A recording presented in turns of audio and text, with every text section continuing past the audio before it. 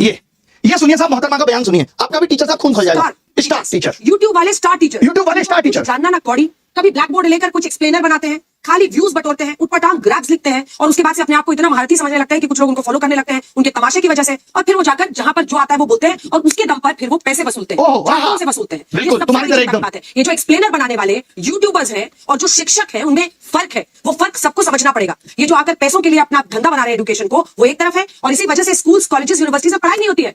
बच्चों से कह दिया जाता है कि भैया तुम कोचिंग सेंटर को ज्वाइन कर लो तभी तुम क्रैक कर पाओगे। ये कैसी व्यवस्था में हम जी रहे हैं? ये बहुत बड़ा सवाल है। आज बहुत बड़ा सवाल किया है मैडम ने कि जो यूट्यूब पे पढ़ा रहे हैं और जो शिक्षक हैं उनमें फर्क है। वही शिक्षक जिन्होंने ओएसएम में कितनी गड़बड़ियां की हैं, उन्हीं शिक्षक की बात हो रही है। यूट्यूब का टीचर हम जैसे तमाम लोग जिन्होंने लोगों को पढ़ा करके सरकार के अंदर भेजा।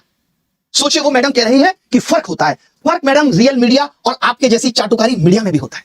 पता है आपको, यह समझना पड़ेगा। जिस तरीके से आप कह रही ना व्यूज के लिए, आप टीआरपी के लिए किस तरीके से स्टूडियो के अंदर घमासान कराती हैं वो दुनिया ने देखा है कि कोई लॉजिक नहीं, सिर्फ उलूल जुलूल बातें। ये पत्रकारिता है तुम्हारी, इसको नंबर मिलने चाहिए। ये पत्रकारिता है। ये देखिए, झालमुड़ी सिर्फ एक स्ट्रीट फूड नहीं है, ये एक इमोशन है। ये इमोशन है झालमुड़ी, एक जज्बात है। जिसमें सरसों के तेल की तीखी खुशबू, एक ऐसी कहानी बनाते हैं जो हर बंगाली के दिल में बस जाती है। जो आपने पोएट्री चिपकाई है ना, कसम से मजा आ गया। सोचिए कैसे कैसे मीम बन रहे हैं तुम लोगों पे। जहां जाते हो वहां लोग मोदी मीडिया, गोदी मीडिया चिल्ला के संबोधित करते हैं। सड़क पे निकलने की औकात नहीं बची है, मालूम है? इस देश के एंकर्स की सड़क पे उतरने की औकात नहीं बची है। अब इनका जीवन स्टूडियो तक सीमित है। लोग गिरबान पकड़ के पूछ लेंगे कि क्या कर रहे हो। आपको तो चौथा स्तंभ कहा जाता था। पिछले साल रैंकिंग 153, इस साल 157 है, और वो यूट्यूब के एजुकेटर्स पे सवाल उठा रहे हैं। तुमने क्या किया भाई? कभी प्रधानमंत्री से तुम सवाल पूछ पाए? 56 इंच सीने के सामने तुम्हारा सीना तो आधा इंच का भी नहीं रहा कि पूछ पाओ देश की क्या हालत है, महंगाई पे सवाल कर पाओ। बल्कि तुम्हारी एंकर्स तो क्या कर रही है, ये देखिए साहब, ये है इनकी एंकर्स, और ये हमारे बारे में कमेंट करेंगे। ये देखिए, ये देखिए, ऊपर से देखा जाए तो हमने ऊपर के बजाय नीचे देखा तो नीचे इनके कमेंट पे सिर्फ गालियां थी। 1 मिलियन के करीब फॉलोअर्स हैं, पोस्ट में 1000 लाइक नहीं है, और नीचे देखा हमने तो सिर्फ गालियां थी। क्या वफादारी की है तुमने देश के साथ? नहीं। कितने पेपर पिछले 7 साल में लीक हुए, 80 से भी ज्यादा पेपर, और कितने तुमने अपने स्टूडियो में लोगों को बुलाकर सवाल पूछे। तुम्हें सिर्फ टीआरपी चाहिए, इसलिए 4 प्रवक्ता बिठा लिए। आज क्या हो रहा है? पहले चाहते थे कि मीडिया आवाज उठाएगा, अब क्या उठाएगा मीडिया? आवाज खाक उठाएगा। देखिए मैडम ने आवाज उठाई, और किस तरीके की आवाज उठाई मैडम ने कहा ये टीचर्स, मालूम क्यों? क्योंकि ये टीचर्स आप लोगों की आवाज बन रहे हैं। इनको आपत्ति है कि ये क्यों शिक्षक आवाज उठा रहे हैं। इनका बस चले तो इन्होंने वेदांत जैसे बच्चे को पाकिस्तानी करार दिया।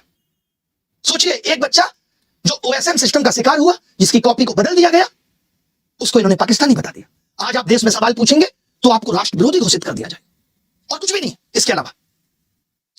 महंगाई पे ये लोग जस्टिफाई करने पे लगे हुए हैं कि महंगाई कुछ भी नहीं है। इस मंदबुद्धि पत्रकार को ये नहीं पता कि जब से पेट्रोल डीजल के दाम बढ़े हैं, ये लड़की नताशा यहां बैठी है, इसके मकान मालिक ने पर रूम 3000 किराया बढ़ा दिया, खाने की कीमतें बढ़ गई। और इसका छोड़िए, आज मैंने देखा यूपी में 10 रुपए प्रति यूनिट 10% बिजली के दामों में बढ़ोतरी हुई है, और ये क्या कह रहे हैं, ऊपर से कोई फर्क नहीं पड़ता। वाह, कमाल हो गया सर। शर्म आनी चाहिए तुम लोगों को। कभी देखो गिरेबान में झांक के, लोगों को नर्क में जगह मिल जाती है, तुम्हें वहां भी नहीं मिलेगी। शिक्षकों पे जैसे कौन, खान सर जैसे लोग भाई आवाज उठा रहे हैं। तो ये क्या कह रहे हैं कि ऐसे टीचर्स और तमाम शिक्षक आवाज उठा रहे हैं बच्चों की। कोई एसएससी की आवाज बन रहा है, कोई यूपी एग्जाम्स की आवाज बन रहा है, कोई एसएससी की आवाज बन रहा है। इनको आपत्ति है। ये कह रहे हैं कि इसीलिए यूनिवर्सिटी में पढ़ाई नहीं हो रही क्योंकि कोचिंग है, और जबकि उल्टा है कि यूनिवर्सिटी में पढ़ाई नहीं हो रही इसलिए कोचिंग बनी, क्योंकि भारत का एजुकेशन सिस्टम इतना कमजोर पड़ गया था। कमाल हो गया भाई। एक एक करके हर एक चीज पे बात करेंगे। बहुत अथाह दुख है दिल के अंदर, इन सबकी भी गांठें तोड़ेंगे, बताएंगे हर एक चीज के बारे में। अंजना की बच्ची कह रही है कि यूट्यूब टीचर्स को 2 कौड़ी का ज्ञान नहीं होता। मैं अपनी बात करूं तो 5 बार सरकारी नौकरी निकाल के यूट्यूब पे फ्री पढ़ाने निकले थे, और आज भी अभिनव मैथ्स ऐप खोल के देख लीजिएगा, किसी कोर्स का कोई प्राइस नहीं है, देख लीजिएगा खोल के। हमने शिक्षा को फ्री बनाया, और तमाम ऐसे शिक्षक थे जिन्होंने शिक्षा को अफोर्डेबल बनाया। कोचिंग किस दौर में नहीं थी? किस दौर में कोचिंग नहीं थी? बताओ मुझे। मैं एक सवाल तुमसे पूछना चाहता हूं अंजना, आप कहने लायक आप हो नहीं, कि अगर यूट्यूब टीचर्स को कुछ नहीं आता तो जो लाखों बच्चे JEE NEET, SSC, bank, railway, UPSC, JEE NEET और अन्य परीक्षाएं निकाल रहे हैं, उन्हें पढ़ा कौन रहा है? चाचा तुम्हारे हैं? हम ही लोग ना उनको दिशा दे रहे हैं। हम जैसे लोग जहां एक हफ्ते में 5 से 10 लाख लोगों के सवालों के जवाब देते हैं, तुमने हमें 2 कौड़ी का बता दिया।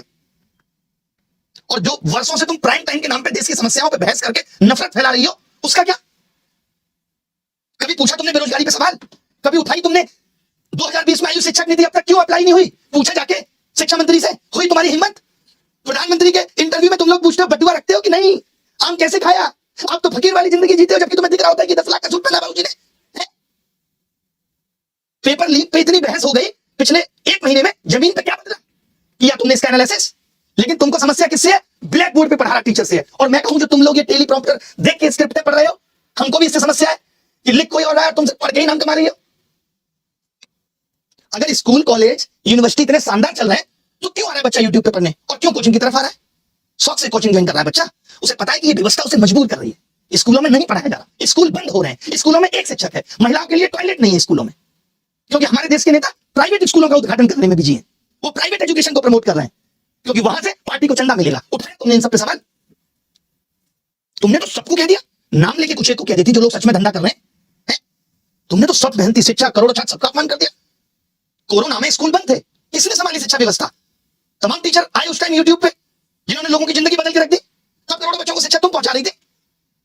कुछ भी आके बोल देना है, मजाक चल रहा है, माफी मांग लेना। नहीं तो जिस दिन हम इन बच्चों को बोलेंगे ना यूट्यूब का टीचर आके कि इनकी ट्विटर फीड और इंस्टाग्राम फीड में समय राणा का कंटेंट भर दो, तो भागती भागती बहेंगी, रात भर नींद नहीं आती है जब पढ़ने की 5-6 गालियां मिल रही होती हैं। तब बहुत आसान है स्टूडियो में बैठ के टीचर का मजाक उड़ाना। हमें पता है कि हम जैसे लोग हैं जो बच्चे की फीस की चिंता कर रहे हैं, उसकी बेरोजगारी देख रहे हैं, भले ही 2 कौड़ी का ज्ञान हो हमारे पास, आवाज उठा रहे पेपर लीक पे। आपने कितनी उठा ली आवाज? तुम तो उस वक्त 2000 के नोट में तुम्हारी इस सहायिका चिप बता रही थी, झालमुड़ी पे तुम ज्ञान दे रही थी। मेलोडी क्यों मेलोडी होती है, इस पे देश का समय बर्बाद कर रही थी। बच्ची हो अभी, जिस दिन बैठ जाएंगे ना कुर्सी पे, बहस भूल जाओगी क्या होती है। 2 कौड़ी का ज्ञान है, 2 कौड़ी। अभी 8-10 शिक्षक समुदाय मिलकर अलग अलग कोर्ट में डिफेमेशन लगा देगा, भागती भागती फिरोगी। हल्के में मत लेना शिक्षकों को, और आज के बाद इस तरीके की बातें मत करना। मैं मानता हूं डायलॉग पीछे से लिख के आया होगा कि तुमको पढ़ना है, पढ़ने से पहले सोच लिया करो किसके लिए पढ़ रही हो।